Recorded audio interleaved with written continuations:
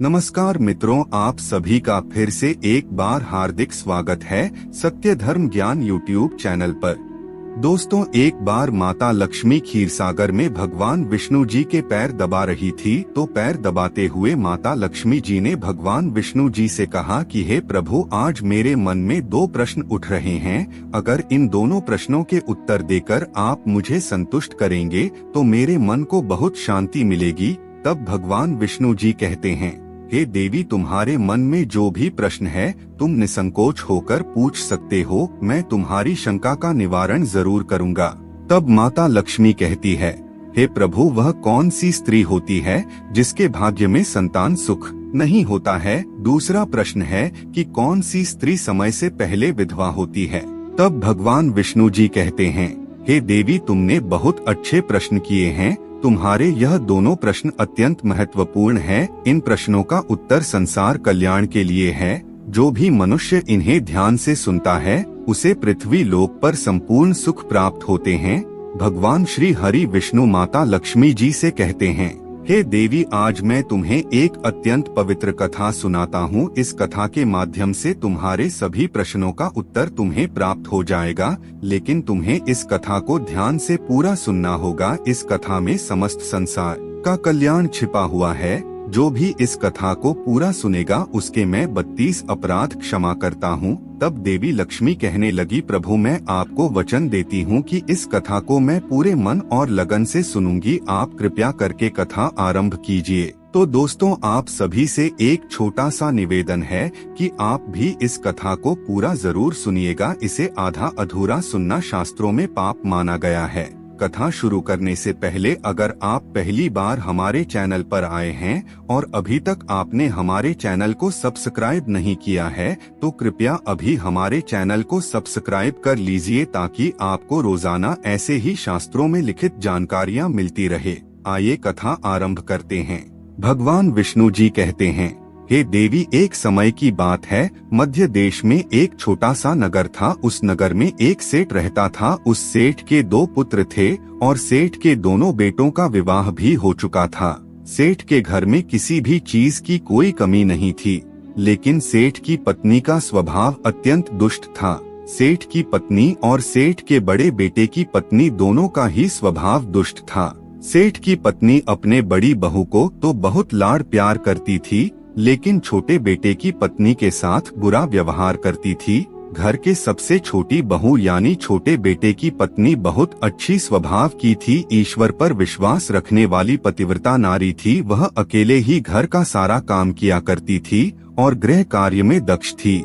इतना अच्छा स्वभाव होने के बावजूद भी उसकी सास उसके साथ बुरा व्यवहार करती थी, उसका हमेशा अपमान करती थी। इसके पीछे का कारण केवल इतना था कि बड़ी बहू का एक पुत्र था और छोटी बहू ने एक पुत्री को जन्म दिया था।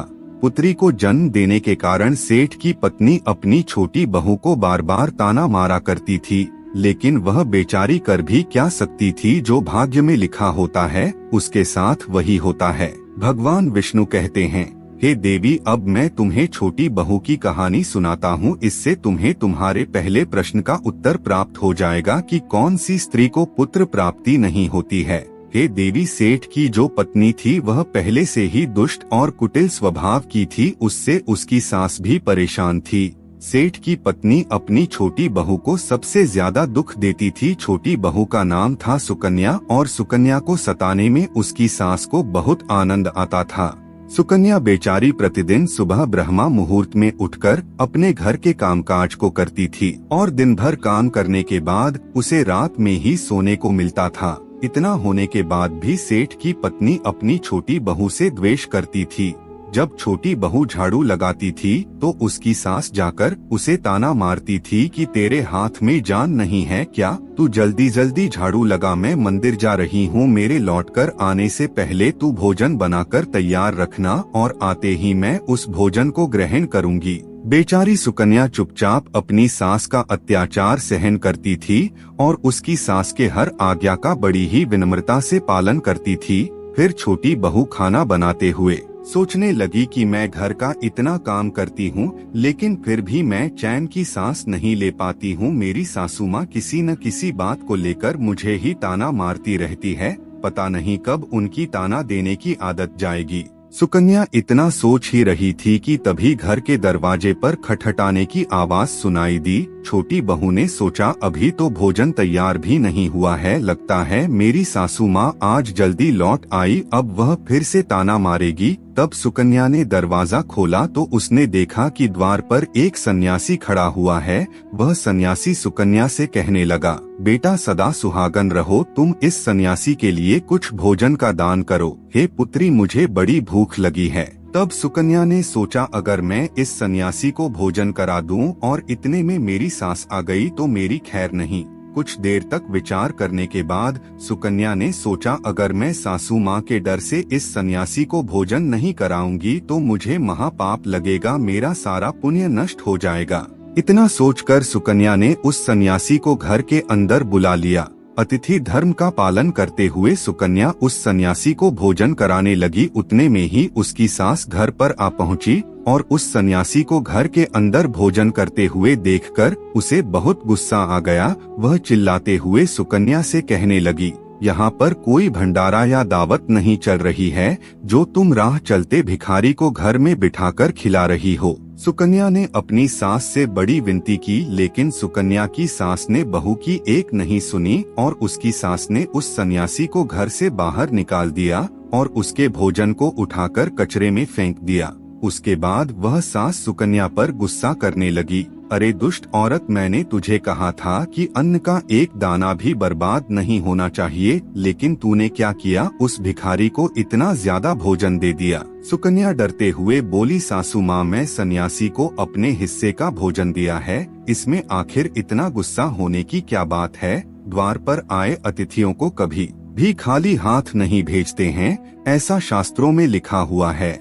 फिर सुकन्या की सास ने उसे बहुत डांटा। दोनों के बीच कई देर तक बहस हुई और सुकन्या की दुष्ट सास में गुस्से में आकर सुकन्या को धक्के मारकर घर से बाहर निकाल दिया और घर का दरवाजा बंद कर दिया। सुकन्या देर तक घर के मुख्य द्वार के सामने खड़ी रही और बाहर से अपनी सास को आवाज देने लगी, लेकिन सुकन्या की सास ने एक नहीं सुनी और उसे घर के अंदर आने नहीं दिया। फिर सुकन्या दुखी और उदास होकर अपने मायके के लिए निकल गई। मायके जाने के रास्ते में बहुत बड़ा जंगल पड़ता था। सुकन्या भूखी प्यासी रहकर उस जंगल के रास्ते पर से चलने लगी। तभी उसी समय अचानक जोर जोर से बादल गरजने लगे और मूसलाधार बरसात होने लगी।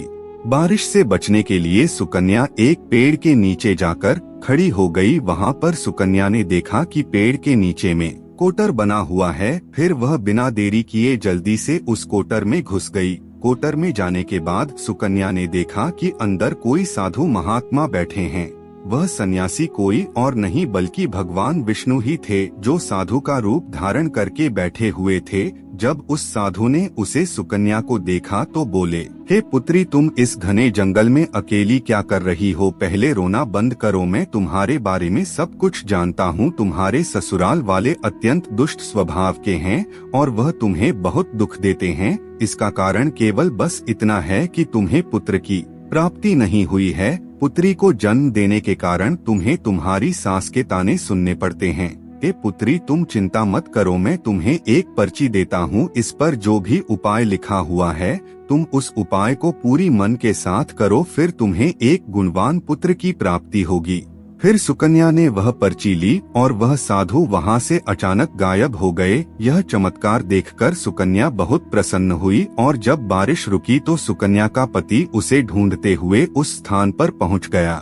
सुकन्या ने अपने पति को सारी हकीकत बता दी और फिर दोनों ने ही घर वापस न जाकर इस जंगल में रहने का निर्णय लिया। वहीं पर रहते हुए एक दिन सुकन्या के मन में पुत्र प्राप्ति का ख्याल आया और वह मन ही मन सोचने लगी कि अगर मेरा भी कोई पुत्र होता तो आज ससुराल में मुझे बहुत ज्यादा इज्जत मिलती। तभी सुकन्या को उस साधु के द्वारा दी गई पर्ची की याद आ गई और फिर उसने वह पर्ची खोलकर पढ़ा तो उसने देखा कि जो स्त्री पुत्र प्राप्ति की कामना रखती है उसे रात्रि में अपने पति की बाईं तरफ सोना चाहिए।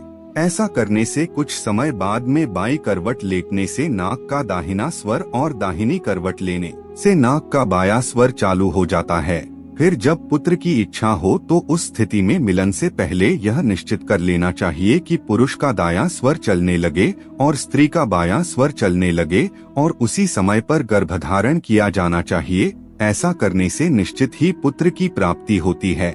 इसके विपरीत नाक के स्वर चलने से पुत्री की प्राप्ति होती है। उस पर्ची में आगे लिखा हुआ था कि मासिक धर्म शुरू होने के बाद पहले 4 दिनों में पुरुष के साथ मिलन करने से पुरुष को रगड़ता प्राप्त हो जाता है और 5वीं रात्रि में मिलन करने से पुत्री की प्राप्ति होती है तथा 6वीं रात्रि में मिलन करने से पुत्र रत्न की प्राप्ति होती है। 7वीं रात्रि में मिलन करने से वंध्या पुत्री होती है। 8वीं रात्रि में मिलन करने से बलशाली पुत्र की प्राप्ति होती है। 9वीं में मिलन करने से सुंदर कन्या की प्राप्ति होती है तथा 10वीं रात्रि में मिलन करने से विद्वान और अतिश्रेष्ठ पुत्र की प्राप्ति होती है। इसके अलावा 11वीं रात्रि में मिलन करने से सुंदर आचरण वाले कन्या प्राप्त होती है। 12वीं रात्रि में मिलन करने से गुणवान पुत्र होता है।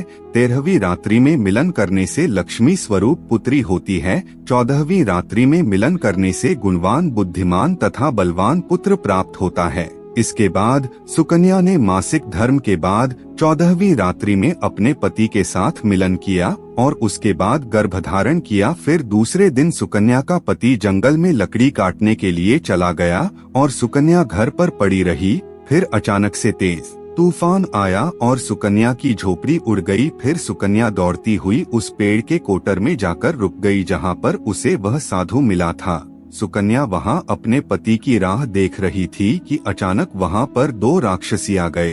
वह राक्षसी अत्यंत मायावी थे। फिर उन्होंने उस कोटर के साथ पेड़ को उड़ाकर एक ऐसे स्थान पर चली गई जहां पर बहुत सारा सोना था। जब सुकन्या ने यह दृश्य देखा तो वह चौंक गई। सुकन्या पेड़ के कोटर में ही छिपी रही। जब वह राक्षसी भोजन के तलाश में गई तो सुकन्या ने उस स्थान पर से बहुत सारा सोना उठा लिया और उसे कोटर में भर लिया। जब वह राक्षसी लौट आया तो फिर से पेड़ पर बैठकर वह उस पेड़ को उड़ाकर उस जंगल में आ गई। राक्षसियों के जाने के बाद सुकन्या सारा सोना लेकर अपने पति के पास चली गई और उसे वह सारा सोना दे दिया। फिर पति और सुकन्या दोनों अपने ससुराल को लौट गए। वहां जाकर उसने अपनी सास को वह सोना दे दिया और सारी हकीकत बता दी, जिसे सुनकर उसके सास को बहुत गुस्सा आया और बोलने लगी, अरे मूर्ख औरत, तू बस इतना ही सोना लेकर आ गई। इतने सोने से क्या होगा? मैं होती तो बहुत सारा सोना लेकर आ जाती। फिर उसकी सास भी उस जंगल के कोटर में जाकर छिप गई और राक्षसियों की राह देखने लगी। तभी वहां पर 2 राक्षसियां पहुंची और फिर उन्होंने उस कोटर को उड़कर एक बर्फीले पहाड़ पर ले गई। यह देखकर सास बहुत क्रोधित हो गई और बोलने लगी, यह कहाँ लेकर आए हो? यहाँ तो बस बर्फ और मिट्टी है। तभी उन राक्षसियों ने उसकी आवाज सुनी और देखा तो एक बूढ़ी औरत पेड़ के कोटर में छिप कर बैठी है। फिर उन्होंने उस सास को बाहर निकाला और उस बर्फीले पहाड़ पर फेंक दिया। जमीन पर गिरते ही उसकी मौत हो गई। इधर सुकन्या बड़े आनंद के साथ रह रही थी, लेकिन सुकन्या की सास कभी नहीं लौटी। तो सुकन्या ने जाकर उस कोटर में देखा तो वहाँ पर उसकी सास नहीं थी।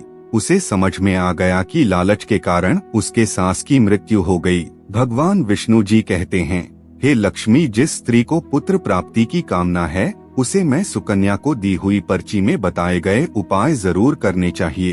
तुम्हारा दूसरा प्रश्न यह था कि किस कारण से स्त्री जल्दी विधवा होती है। तो जो स्त्री अत्यधिक लालच करती है वह स्त्री जल्दी विधवा हो जाती है, और जो स्त्री चरित्र का गहना पहनती है उसे मृत्यु के पश्चात स्वर्ग की प्राप्ति होती है। एक स्त्री को अपने चरित्र का त्याग कभी नहीं करना चाहिए। तो दोस्तों, इस प्रकार से भगवान विष्णु ने माता लक्ष्मी को कथा सुनाई थी। उम्मीद करते हैं आपको यह कथा पसंद आई होगी। आज की वीडियो में बस इतना ही।